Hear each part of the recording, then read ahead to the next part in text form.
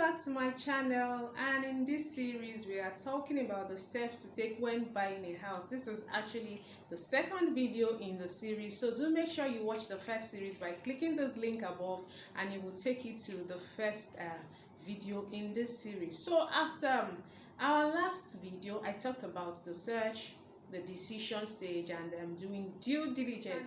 I'm a real estate law and business lawyer, and I share easy to understand legal tips on both real estate and business on my channel. So make sure you subscribe so you do not miss any of the interesting and helpful videos I share on this channel. So let's get started with today's topic. Right, so you have done your due diligence, and I have to also add that in addition to doing the due diligence of the title, it's important to also verify that the necessary permits were sought and approved to build the house. This is very important. You won't buy a house that the government did not approve its building, so you get that done. Your lawyer can also handle that for you. You have to make sure that it is also done and you've got a positive report to move ahead. So once you are finished with each stage, you can then move to the actual purchase stage where you then buy the house. So this stage, you should not just make payments. Your lawyer would guide you on how payments should be made and also ensure that the necessary documents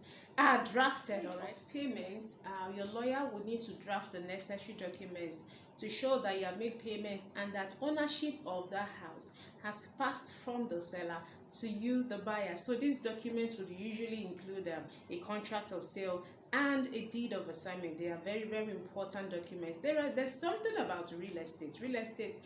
Buying real estate has two very important, you could divide it into two very important areas: possession and ownership. Now, possession is you taking physical control of a property after you've bought it. But ownership goes to the documentation showing that you are the owner. That is why we don't joke at all with documentation. We also don't joke at all with you taking possession, which I would come to shortly. So at the point of making payments, you ensure that all the parties sign, both the seller and the buyer. Please note that if you have a document that was drafted and the parties do not sign, it's a worthless document. All right, signing means I agree to what is in this document. So unless the seller signs the document and says, yes, I've sold this property located at so and so place, the document, the house will be sufficiently described, and I've sold it to you, you don't actually have ownership of that property, which is why documentation is very key.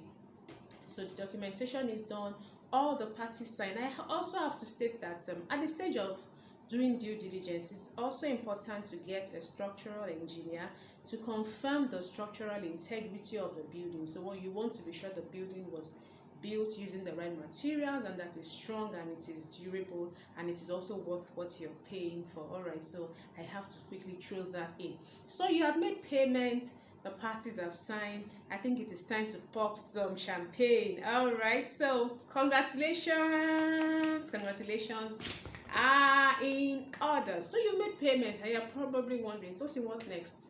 I'm now the owner of the house. You still have 2 more steps to go. So after making payment, you take possession of the property. Remember what I said about the 2 areas of aspects of buying real estate. So you take possession, you're put into physical control of the property, you're given the keys, so you have access to the property physically. You also have your documents showing you as the owner, so the 2 sides are covered. All right, so after that, you've taken possession. The last stage would be to perfect your title. And if you're wondering, TOSIN, do I really need to do that again? I would explain to you why it's important. So if you're buying a property that has a certificate of occupancy already, what you'll be applying for would be the governor's consent to the deed of assignment, and then it would be registered. But if the property you're buying has no certificate of occupancy before, it means you will be the one to apply for the certificate of occupancy, and then the certificate of occupancy would also be registered. I hope you understand that point. So that is the what I mean by perfecting your title. All right, perfecting your title, it increases significantly the value of your property. Unlike properties that don't have a perfected title, one with a perfected title will be able to attract a higher price and appreciates more in capital than one that does not have a perfected title. Another thing is Having perfected title helps you in case there's any dispute and you have to go to court, because what the law says is if you're proving ownership of your property through a document, that document has to be registered. You can't bring an unregistered or a title, that a document that isn't perfected, to prove ownership in court. So I always explain this point, and I always insist that clients should ensure that as soon as possible when you buy your property, you also perfect it, and perfection would happen in the registry of the state where that land or that house is. All right, so I hope this has been helpful. This series of 2 videos, make sure you watch the previous video in the series. It's like come your way next time. If you have any questions, just make sure you type them in the comment section and I'll be glad to answer them. Do have a wonderful day. Bye bye.